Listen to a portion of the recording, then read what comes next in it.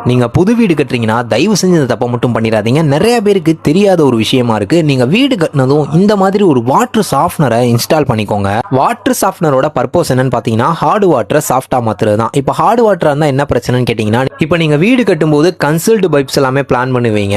அப்ப அதுல water travel ஆகும்போது அதுல ஸ்கேலிங் எல்லாமே ஃபார்ம் ஆகும். இப்போ அந்த பைப்ஸ் எல்லாமே பிரேக் பண்ணி தான் எடுக்கணும், டபுள் செலவு. ரெண்டாவது என்னன்னு பாத்தீங்கன்னா, உங்க வீட்டுல யூஸ் பண்ற வாட்டர் டிராவல் ஆகக்கூடிய மிஷின், எக்ஸாம்பிள் பாத்தீங்கன்னா வாஷிங் மிஷின், ஆர்ஓ பிளான்ட், இது எல்லாமே பயங்கரமா டேமேஜ் ஆகுங்க. இது மட்டும் இல்லாம இந்த ஹார்ட் வாட்டரை நீங்க குளிக்கிறதுக்குலாம் யூஸ் பண்ணீங்கன்னா உங்களுக்கு ஹேர் லாஸ், ஸ்கின் சம்பந்தமான நிறைய பிரச்சனை வரும் அப்படின்னு கூட சொல்றாங்க. இவ்வளவு விஷயத்துல இருந்து உங்களை ப்ரிவென்ட் பண்றது இந்த வாட்டர் சாஃப்ட்னர் தான். வாட்டர் சாஃப்ட்னர் நீட் இருக்குன்னா ஃபர்ஸ்ட் வந்து நம்ம அப்பாயின்மெண்ட் கொடுக்கணும். வாட்டரை வந்து நம்ம சைட்டில் வந்து டெஸ்ட் பண்ணுவோம்.